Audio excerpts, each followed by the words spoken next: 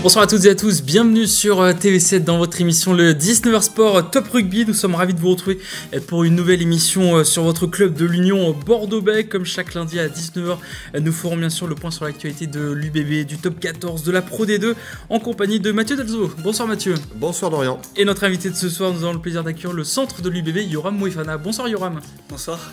Merci Yoram d'être avec nous sur ce plateau. On va bien sûr débriefer cette rencontre face au Racing 92 dans un instant, mais juste avant, quelques petites questions pour prendre de vos nouvelles, notamment de votre blessure à l'épaule et de votre retour à l'entraînement. Comment ça se passe un petit peu ?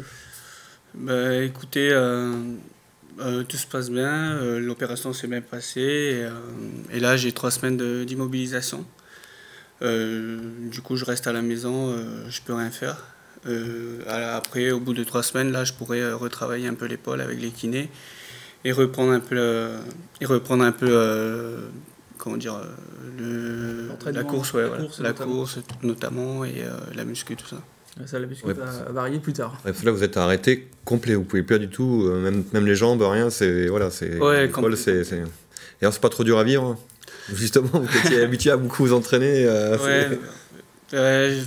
J'ai la chance de ne pas trop être habitué à être souvent blessé, mais ça fait bizarre un peu, mais c'est pas grave, on fait avec et c'est un peu lent, mais c'est comme ça. Alors Yann, vous faites partie des joueurs qui ont été le plus utilisés l'année dernière entre le 15 de France et puis la saison à rallonge de l'Union Bordeaux-Bègles, plus de 2000 minutes sur la saison dernière. On se pose beaucoup la question depuis la reprise du top 14 cette année. Est-ce que la saison n'a pas été trop à rallonge ? On a posé la question à Yannick Bru la semaine dernière, expliquant peut-être des blessures. Alors vous, malheureusement, c'est un fait de jeu lors du match de préparation. Dans quel état vous étiez, vous, quand vous avez repris l'entraînement cet été, physique et mental ? Vous aviez eu le temps vraiment de couper complètement ?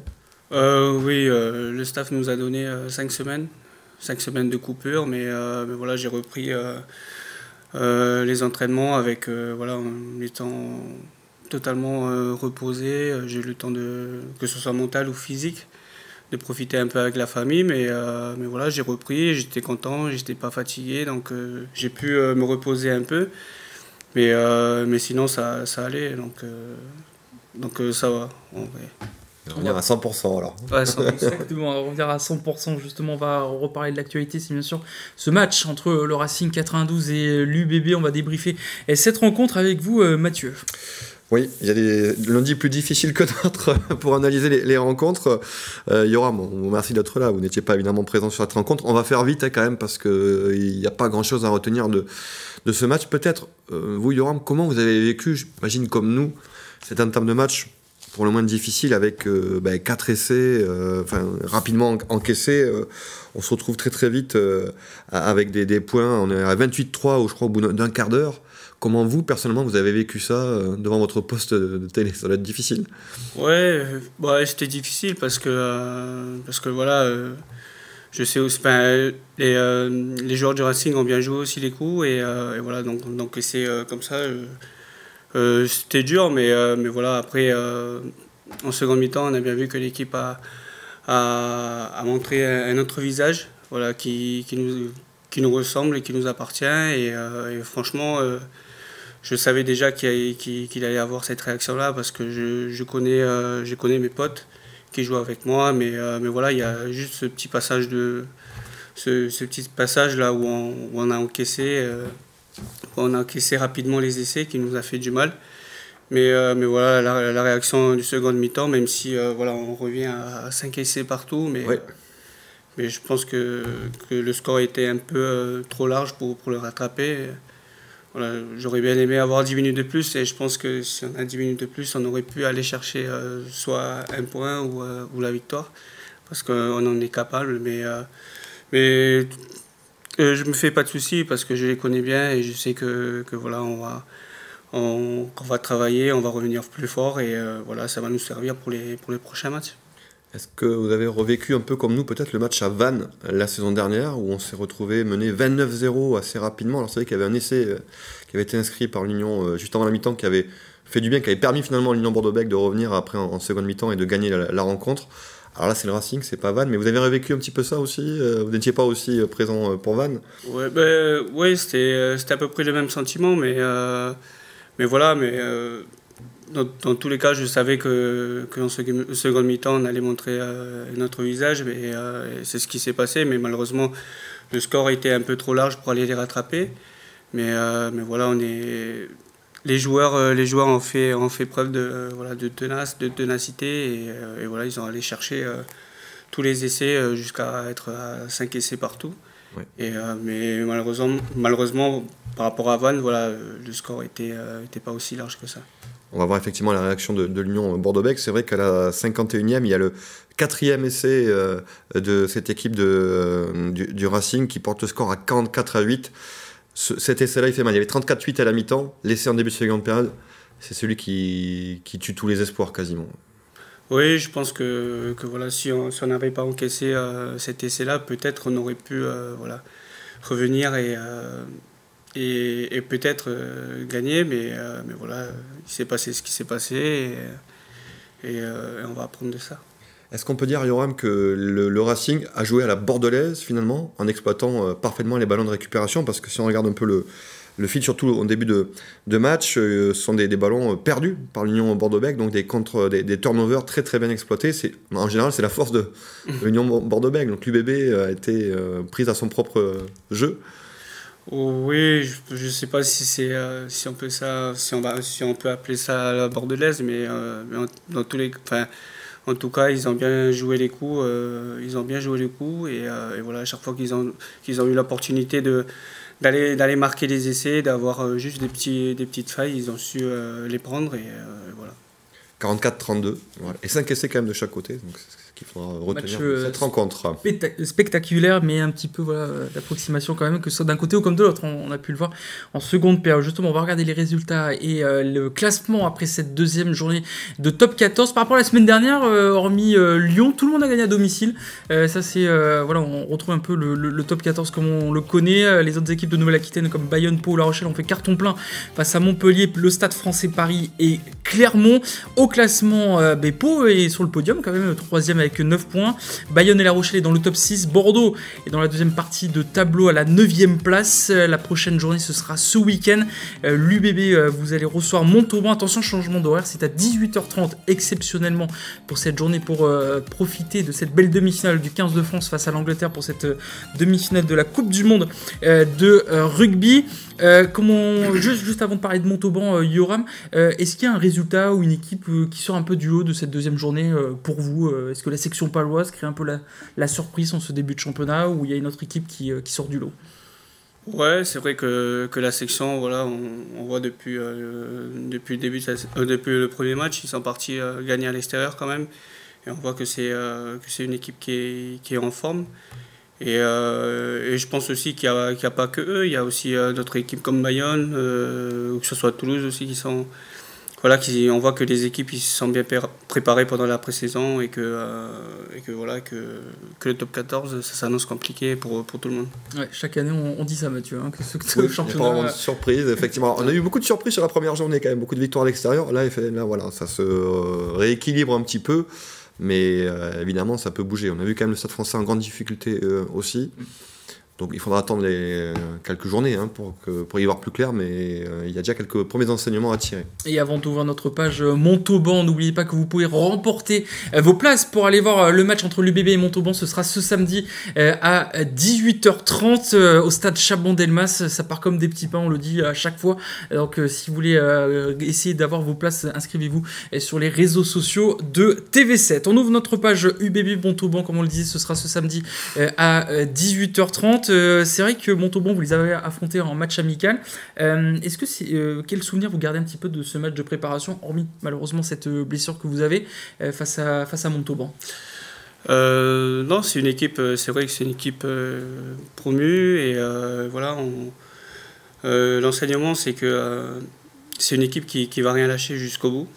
Et voilà, même si on mène avec beaucoup de points en première période, mais on sait que eux ils lâchent rien, et ils peuvent revenir au score. Donc non, c'est une équipe qui est soudée, et qui joue jusqu'au bout du temps.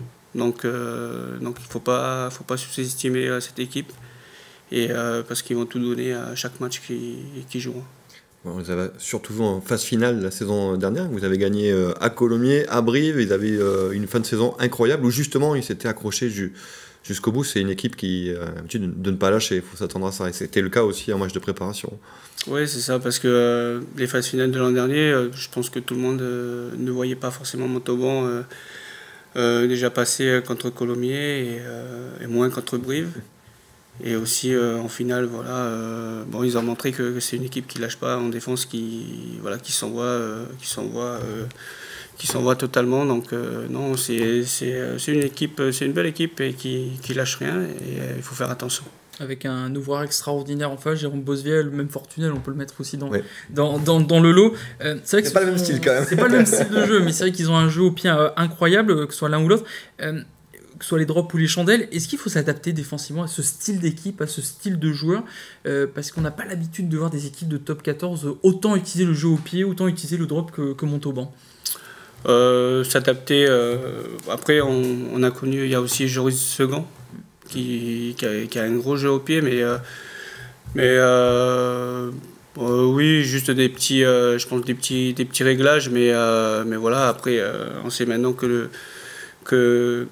le rugby au niveau, le pied ça compte beaucoup, l'occupation ça compte beaucoup, et voilà, je pense que les joueurs sont déjà préparés, surtout les triangles arrière sont préparés pour recevoir, que ce soit les chandelles, de lire les comportements des 10 adverses, mais oui, forcément pour éviter un peu pour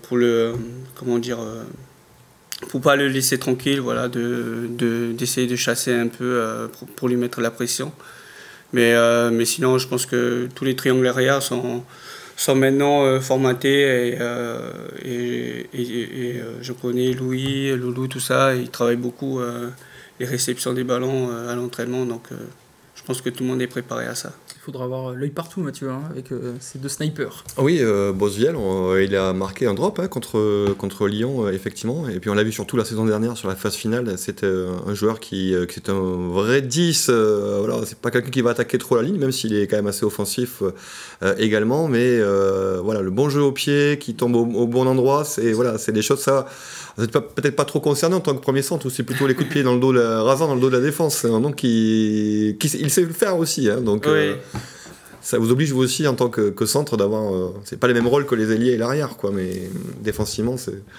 Oui, forcément, je pense que tous les joueurs connaissent le jeu de Jérôme Bosviel, parce que c'est quelqu'un qui a une grosse patate quand même, et voilà, il est connu pour avoir un joli coup de patte en marquant soit des drops ou en montant des chandelles, et donc c'est vrai qu'il faudra faire attention. Mais voilà, je pense des petits réglages juste dans la défense, à essayer de ne pas lui laisser dans une chaise tranquille, à taper les chandelles et essayer un peu de les déjouer un peu dans son jeu. Vous allez parler à vos amis de Colomiers, non? Parce que on sait que vous êtes proche de Colomiers, ils vont vous dire il faut faire attention parce qu'il nous a fait mal. Moins qu'au Briviste, parce que. On parle de Bosviel, mais il y a encore ici aussi à l'aile qui peut être très important. Une dernière question avant de faire une pause, Yoram. Est-ce que l'UBB doit assumer aujourd'hui son statut de favori? On rappelle cette petite étoile que vous avez sur la poitrine. Est-ce que ça change quelque chose pour vous, le changement de statut? Je pense que tout le monde en a conscience, et voilà, et c'est ce qu'on a toujours voulu avoir. Voilà, c'est d'aller gagner un titre, et on assume complètement, et je pense que statut de favori, je pense que c'est quelque chose aussi qui nous anime, parce que on sait maintenant que voilà, chaque fois qu'on va jouer un match, tout le monde va vouloir avoir envie de nous défier, de jouer leur meilleur jeu, et nous, ça on assume complètement, et on aime bien, parce que c'est les matchs qui jouent à haut niveau, et tout le monde a envie de jouer ces matchs-là, et on assume complètement. On va voir ce que ça va donner, notamment samedi face à Montauban. Messieurs, on ne bouge pas, on va juste faire une petite pause de quelques minutes, et on revient juste après pour parler notamment 15 de France et faire notre point Pro D2. À tout de suite sur TV7.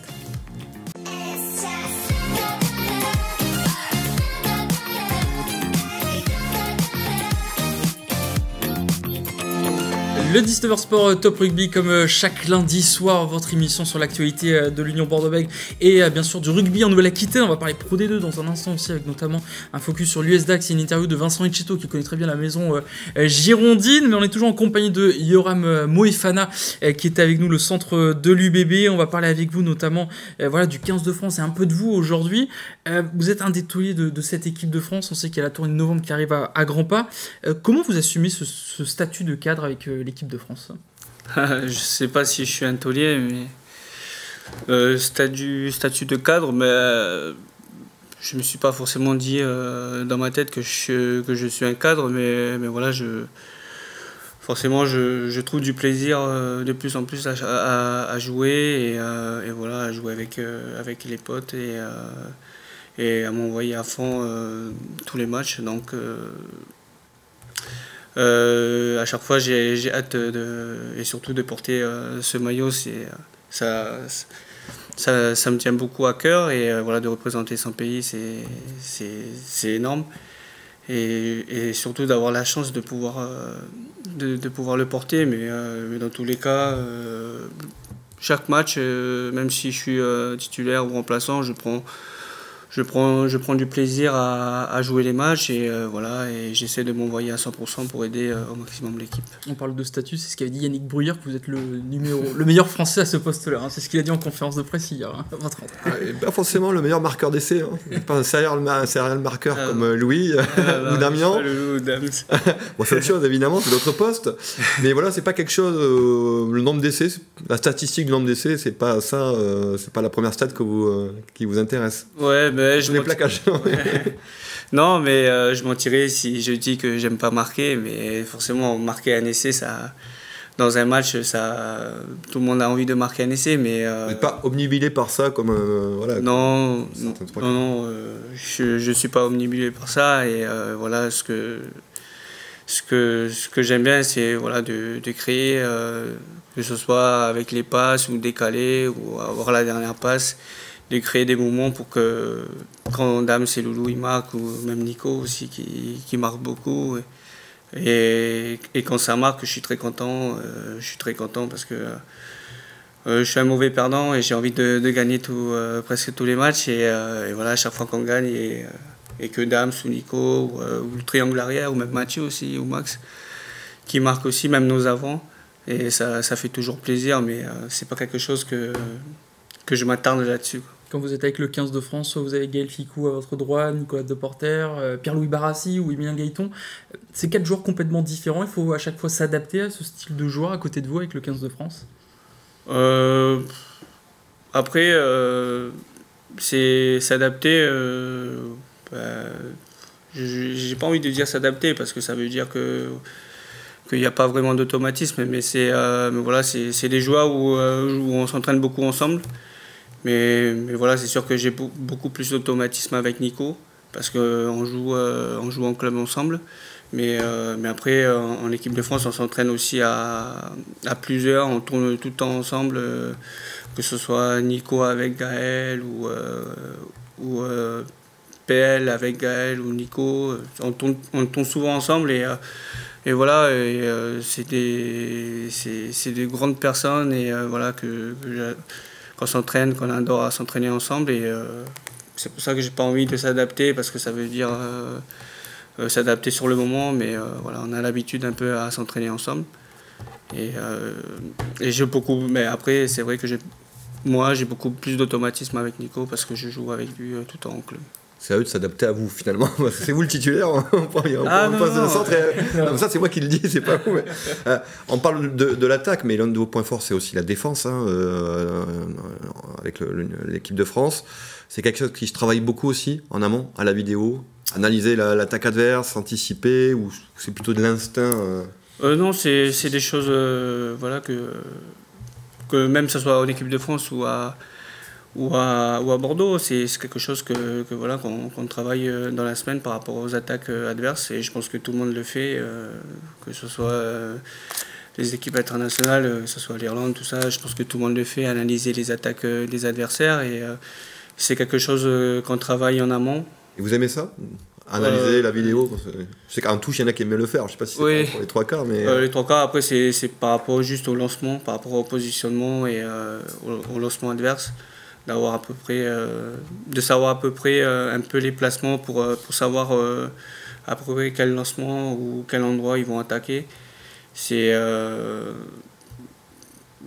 vais pas dire que je regarde ça tous les jours, mais voilà, c'est des choses à travailler que je sais que c'est important parce que c'est premier temps de jeu et voilà, si on rate quelque chose au premier temps de jeu, ça permet aussi à l'autre équipe d'avancer, de gagner des mètres.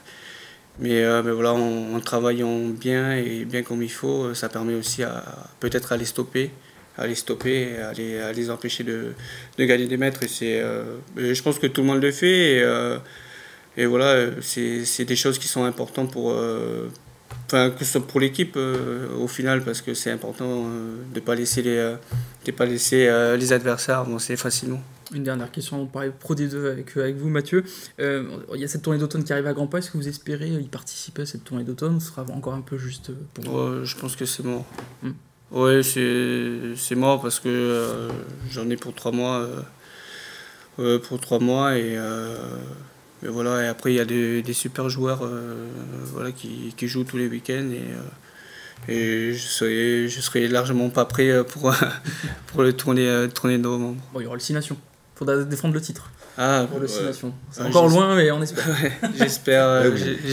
J'espère pouvoir jouer pour y être. Donc, et défendre ce titre du 15 de France. Merci Yoram Moefana d'avoir été avec nous sur ce plateau. On va parler Pro D2 dans un instant, mais juste avant, on va écouter une réaction, celle de Vincent Etcheto. C'était bien sûr après la défaite de Dax face au SA15. Écoutez sa réaction. Voilà, il y avait des sourires parce que je pense qu'on le mérite et que voilà, on a recommencé notre saison, même si on espérait un peu mieux ce soir. Rentrer tranquillement à Dax, c'est préparer, c'est retirer les bonnes choses, qu'il y a des bonnes choses, et aussi les mauvaises choses, on le répète, l'indiscipline, des ballons perdus, pas assez bon sur le jeu en l'air, sur le jeu aérien. Donc on va bosser sur ça. C'est des choses simples à corriger, mais il n'y a pas d'effet cliqué en rugby. Donc si on améliore un côté, c'est pas évident que le reste ça s'améliore aussi au reste au niveau. Donc on va bosser, on sait où on est, mais j'ai un groupe par contre qui est hyper agréable à entraîner et qui est hyper volontaire. Voilà, on a mis notamment un essai en première main, c'est-à-dire que tu leur proposes un truc, ils le font.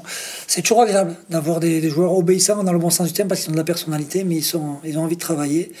Et là, je vous avoue que ça fait 2 mois, je crois que j'étais en pré-retraite, et ça fait 2 mois, 2 mois et demi même que je me régale avec ces mecs-là. Donc ça me donne envie de rester sur le terrain. Puis l'ambiance faisait bon. C'était un moment très agréable, même si j'aurais préféré qu'on le gagne. Vincent Etcheto, c'est vrai que c'est le premier point remporté par l'US Dax. On est à -4 pour le club landais. On va regarder le conseil de classe, un peu voilà, la petite nouveauté de cette année, notamment pour la Pro D2, mais ce sera le cas pour le top 14, avec les bons élèves, Agen et le Mont-de-Marsan. C'est un peu les bons élèves parce que tous les deux ont remporté ce week-end. Oui, avec une équipe d'Agen assez étonnante qui avait gagné avec un bonus offensif contre Mont-de-Marsan la semaine dernière et qui a récidivé contre Grenoble. Ce qui place les Agenais en bonne position dans le trio de tête. Ça faisait bien longtemps qu'on n'avait pas vu ça du côté du stade Armandie à Agen. Ça avait récompensé aussi l'arrivée de Reggiardo, donc, qui a su apporter un cadre. Et c'est vrai que ça va mieux pour cette équipe d'Agen qui avait enfoncé la tête des Montois la semaine dernière. Les Montois qui restaient sur 2 défaites et qui avaient pas le choix. Ils devaient impérativement l'emporter face à Vannes. Pas facile quand vous devez vous relancer face à Vannes. Bien, ils l'ont fait. Les Montois, une victoire avec le cœur, comme l'a dit le staff. Donc c'est quand même de bon augure aussi pour le Stade Montois qui a su relever la tête au bon moment. Il va aller mieux parce que sinon ça aurait fait 3 défaites consécutives, donc c'est une victoire très très importante pour le Stade Montois. Et très rapidement, les mauvais élèves, vous avez entendu Dax indirectement parce qu'ils ont perdu face à Angoulême, mais c'est surtout le Biarritz Olympique qui est un peu le mauvais élève de cette journée. Le Biarritz Olympique avait bien démarré et puis ils ont fait un petit voyage chez les amis de Yoram Moefana à Colomiers et là ils en ont pris 40 et depuis c'est vrai que ça les a un petit peu mis dedans, donc on pense à Yann Lesgourg aussi qui est là-bas et qui est un titulaire en puissance. Biarritz, alors Dax, pas vraiment de surprise, et encore Dax, ce qu'a fait Dax au SA15 c'est pas mal parce qu'ils ont emmené rapidement au score et sur un terme de prestations c'est pas trop mal, on fait confiance à Vincent Etcheto pour mener cette équipe et la révolte pour Dax. C'est plus embêtant pour Biarritz qui enchaîne les défaites avec des gros scores quand même alors qu'ils avaient bien démarré, qu'ils avaient fait une belle pré-saison, donc voilà le bonnet d'âne pour nos clubs. Aujourd'hui, ça sera peut-être plus pour le BO. Vivement la 4e journée de Pro D2. Merci Mathieu d'avoir été avec nous et nous on se donne rendez-vous demain pour votre émission Parlons Sport. On reviendra bien sûr sur le match de l'UBB et de l'Aviron Bayonnais. Bonne soirée à tous sur TV7.